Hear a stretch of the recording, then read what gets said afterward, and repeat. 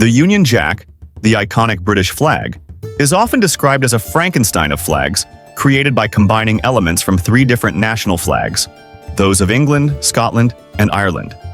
But Wales doesn't get a spot in this design, but there's much more to explore about how this famous flag came to be. Let's start with the flag of England, also known as St. George. George's Cross. Its exact origins within England remain unclear, but we do know it has a rich history. Back in 1188, during preparations for a crusade, the kings of England and France agreed to distinguish their armies by using different symbols. The English adopted a white cross, while the French used a red one. At some point, the English transitioned to using the red cross themselves. There's a legend that King Richard the Lionheart adopted the red cross for his armies during the Third Crusade, but historical records are inconclusive. The first verified use of this red cross on a flag within England appears in 1545, when it was employed as a maritime flag by the English Navy. During the English Reformation, St. George became the primary patron saint of England, and other religious symbols were removed. This solidified St. George's Cross as the defining emblem of England, cementing its place in history. Next, let's examine Scotland's flag, known as St. Andrew's Cross. St. Andrew, the patron saint of Scotland, was said to have been martyred on an X-shaped cross. This distinctive design began to appear in Scotland around 1180, during the reign of King William I. By the late 13th century, the image of St. Andrew crucified on the X-shaped cross was appearing on seals. By the 14th century, the depiction of St. Andrew himself was removed, leaving only the simple white X on a blue background. In 1385, the Scottish Parliament required soldiers serving abroad to wear a white X on their armor for identification. The first documented use of the familiar flag with a blue background and white X occurred in 1542, just a few years before England's Navy adopted St. George's Cross.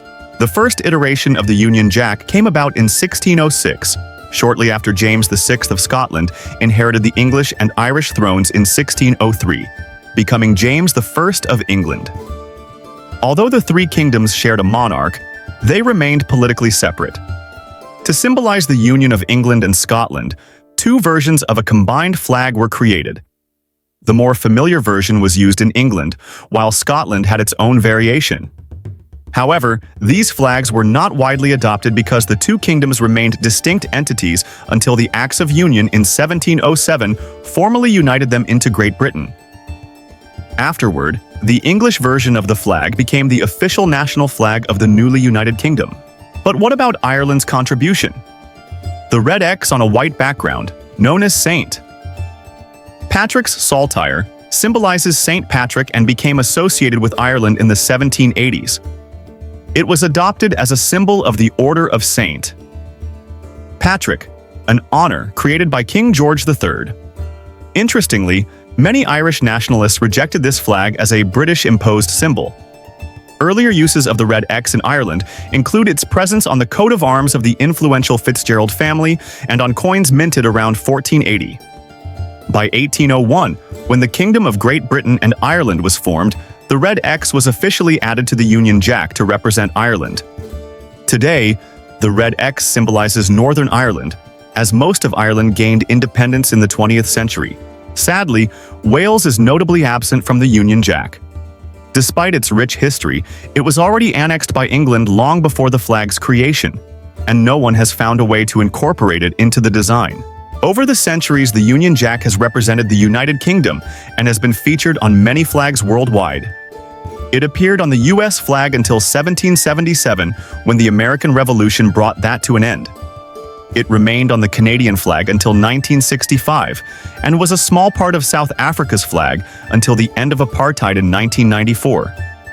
Today, it's still present on the flags of several countries, including Australia, New Zealand, Fiji, Tuvalu, and the Cook Islands, as well as British territories and Canadian provinces such as Ontario and Manitoba. Even Hawaii's state flag incorporates the Union Jack, a nod to its historical ties with Britain. The Union Jack's future, however, isn't set in stone. Events like the Scottish independence referendum in 2014 and New Zealand's flag referendum demonstrate that changes to national symbols are always possible. What might the Union Jack look like if Scotland had voted for independence? Could a future referendum reshape this iconic design?